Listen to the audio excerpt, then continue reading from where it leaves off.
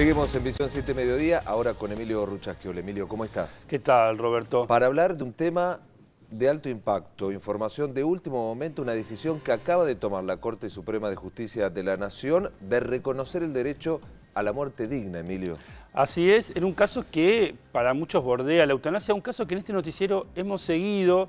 Se trata de una persona en Neuquén que está todavía 20 años en coma, alimentado forzosamente.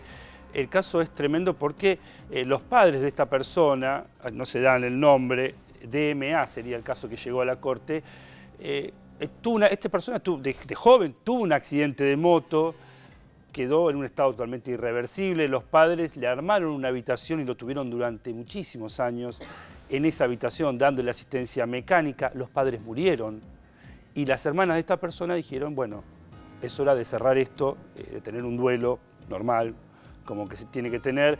Fueron a la justicia de Neuquén, todos los fallos fueron favorables, incluso el Tribunal Superior de Justicia de Neuquén les dio un fallo favorable. La iglesia, el obispo local, se negó rotundamente, incluso en algún momento dijo, bueno, yo me lo llevo acá si lo cuido yo en mi casa.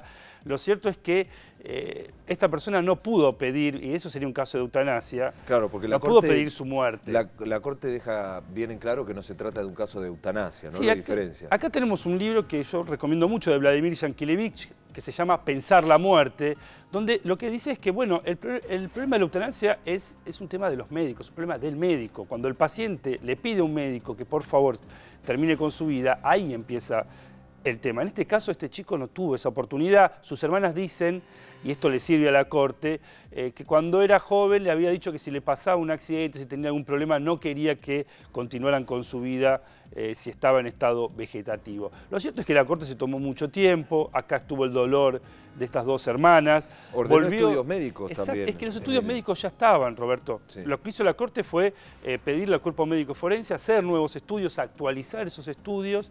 Lo cierto es que, salvo que haya algún tipo de apelación a la Corte Interamericana de Derechos Humanos, esto ya es un fallo firme. Aparte, lo que ordena en este caso la Corte Suprema de Justicia es retirarle todo el soporte artificial, no es inducirlo a la muerte, sino sacarle el soporte que por supuesto le va a provocar la muerte, pero no es lo mismo que la eutanasia. Esta es la diferencia. Por eso estamos hablando de muerte digna. La Corte lo que está diciendo es, se está retrotrayendo a la ley de derechos del paciente, diciendo, bueno, no estaba sancionada cuando le pasó este accidente a esta persona, pero hay que contemplarlo. Insisto, este caso había dado muchísima polémica, fuimos uno de los pocos medios que lo estuvo cubriendo. Bárbaro, tengo que decirlo así.